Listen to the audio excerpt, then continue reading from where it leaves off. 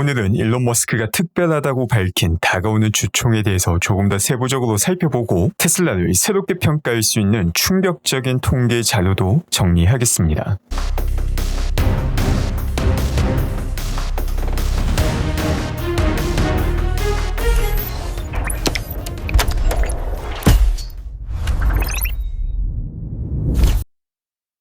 먼저 첫 번째로 살펴볼 내용은 거짓으로 판명된 옵티머스 만대 주문과 관련된 내용입니다. 이 루머의 진원지는 FarmAGRI라는 곳입니다. 이 회사의 공식 사이트를 통해서 젠3 옵티머스 만대를 주문했다라고 밝히고 있는데 도대체 FarmAGRI가 뭐 하는 곳인가를 조금 살펴보니까 상당히 작은 규모의 회사인데 최근 들어서 브라이트 그린 코퍼레이션과 합병하겠다라는 발표를 하였습니다. 그리고 바로 이 브라이트 그린 코퍼레이션 같은 경우 상장이 되어 있는 회사인데 이 회사를 보게 되면 지난 1년간 주가가 97.87% 하락했음을 볼 수 있습니다. 그리고 시총 자체가 100만 불이 되지 않습니다. 아니 회사의 유동 자산도 아니고 전체 시총이 100만 불도 되지 않는 곳에서 옵티머스 만대를 주문한다. 일단 말이 되지 않는다는 걸 확인할 수 있죠. 그리고 이와 관련된 내용은 일론 머스크가 페이크라는 답변을 남기며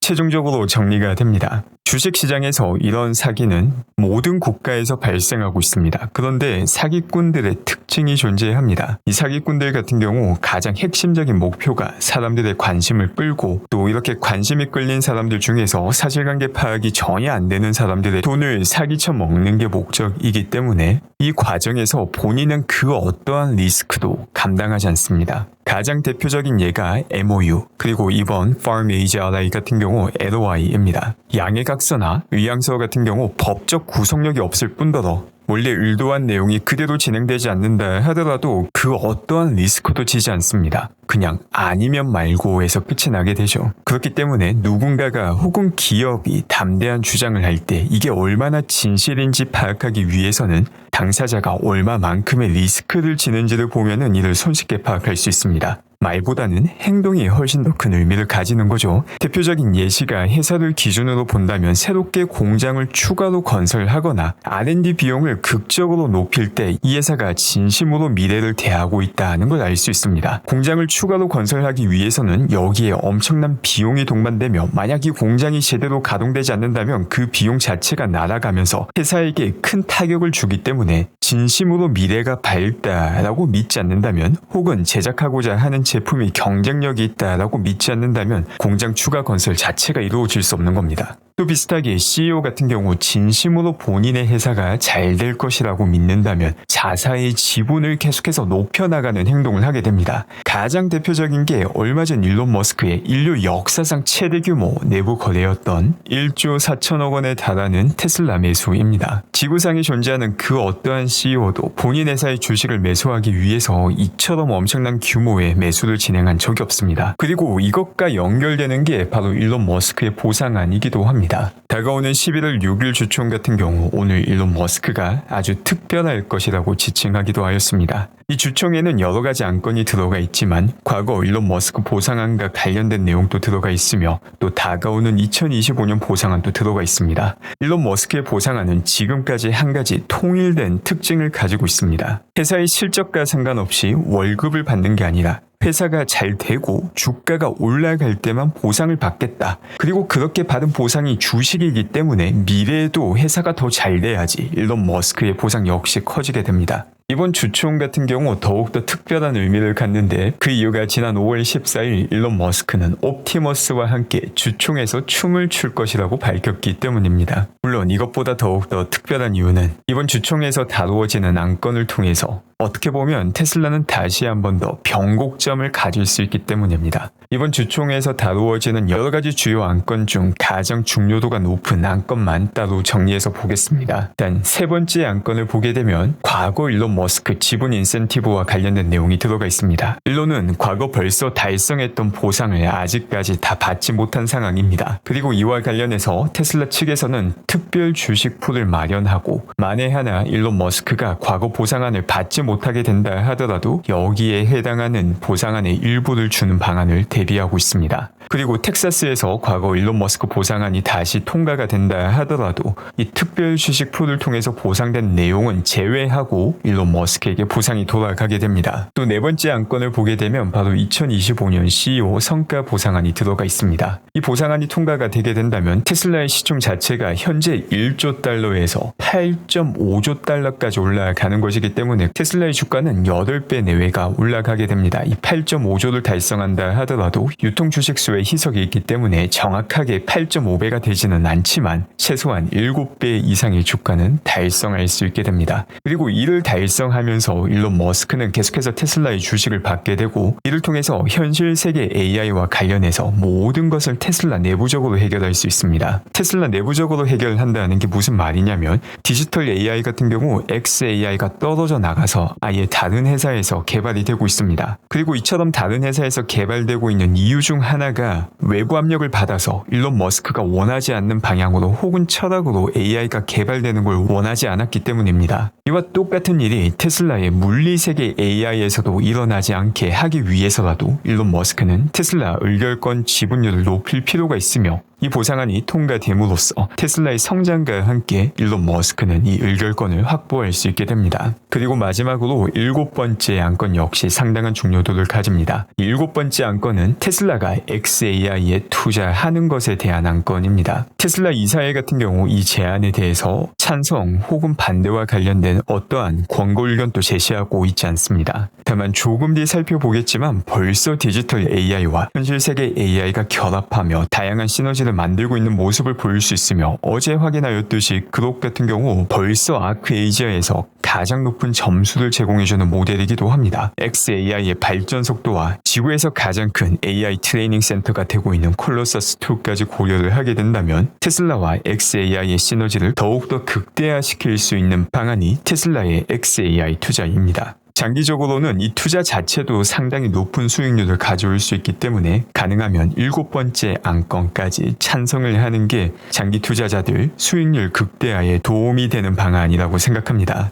한국에 계신 테슬라 주주분들 역시 의결권을 행사할 수 있으며 대부분의 증권사의 경우 10월 중 의결권 행사와 관련된 안내 이메일 혹은 안내 문자를 받으실 수 있습니다. 주총 참여 안내문을 받으신 다음에 주요 안건들을 하나하나 꼼꼼히 살펴보시고 결정을 하시기를 추천드리며 저는 개인적으로 최소한 3번째 의안, 4번째 의안, 그리고 7번째 의안을 통과시키는 게 장기 투자자에게 도움이 되는 선택이라고 보고 있습니다. 제임스 씨는 로보택시가 계속해서 확장하게 된다면 10년 안에 미국에서 발생하는 사고가 반으로 떨어질 수 있다라는 글을 남겼으며 일론 머스크는 이게 사실이다라는 답변을 남깁니다. 사실 자동차 사고는 지금 이 순간에도 발생하고 있습니다. 그리고 미국에서만 매년 4만 명에 가까운 사람들이 사망하고 있습니다. 그런데 자동차 사고는 너무나도 많이 발생하기 때문에 사고가 한번 난다 하더라도 매번 기사 헤드라인에 나오지는 않습니다. 하지만 비행기 사고가 나게 되면 국내 언론은 물론이고 해외 언론까지 관련 사고를 기사합니다. 하지만 실질적인 사망자를 보게 된다면 상당히 충격적인 내용을 알 수 있는데 앞서 말한 미국에서 매년 자동차 사고로 사망하는 4만 명을 달성하기 위해서는 180명이 탑승할 수 있는 비행기가 2일에 한 번씩 추락하여서 전원이 사망할 때 1년간 달성 가능한 수치가 32,850명입니다.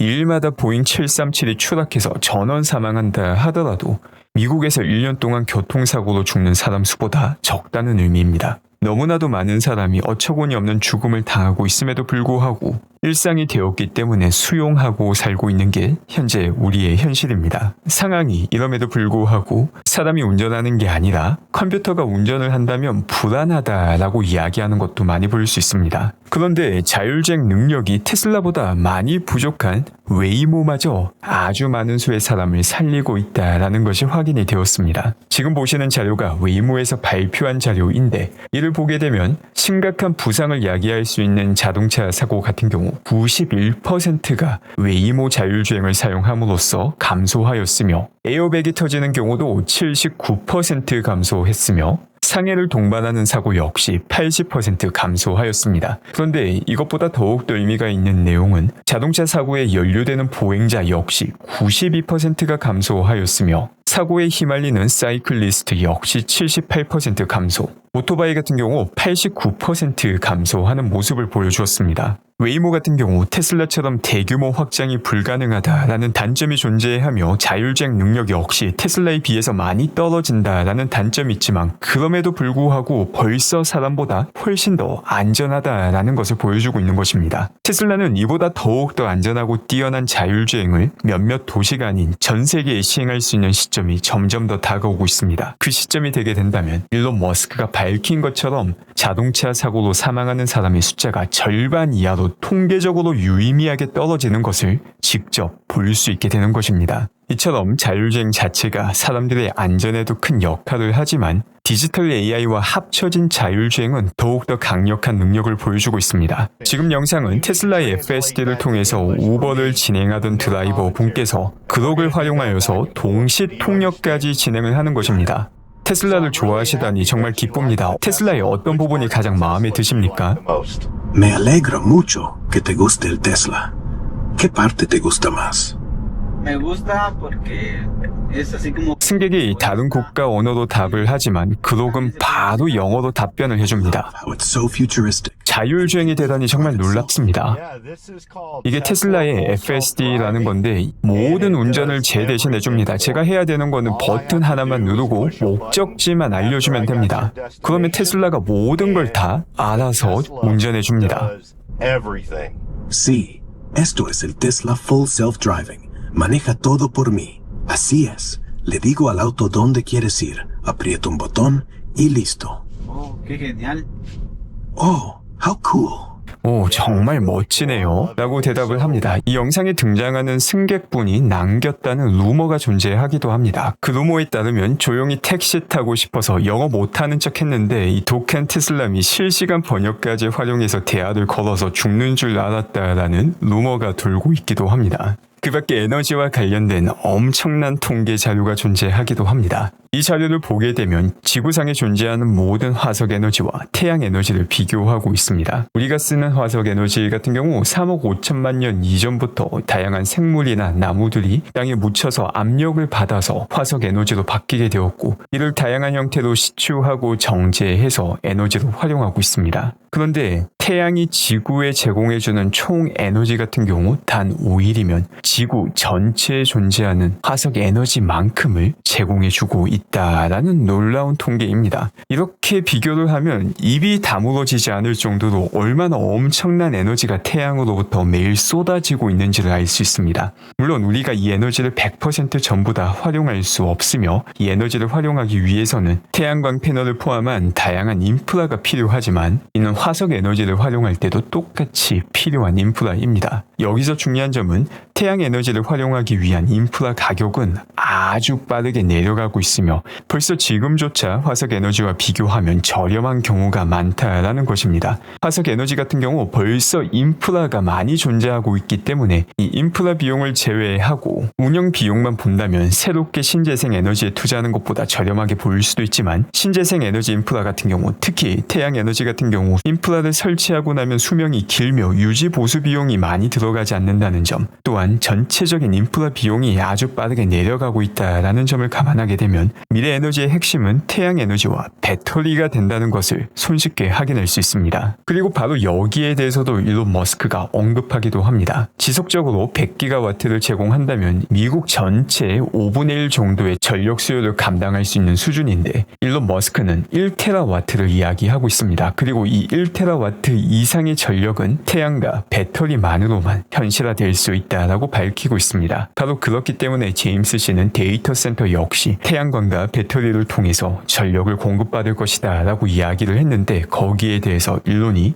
그렇다라는 답변을 남깁니다. 또한 1테라와트 역시 시작에 불과하다라고 밝히고 있으며 테슬라의 에너지 비즈니스가 향후 얼마나 더 커질 수 있는지 힌트를 제공하고 있습니다. 현재 미국에서 사용하는 전력의 2배를 제공할 수 있는 규모가 단지 시작이라고 일론 머스크는 밝히고 있는 것입니다. 오늘도 함께 해주신 분들 감사드리며 언제나 건강하고 즐거운 하루 되시기 바랍니다.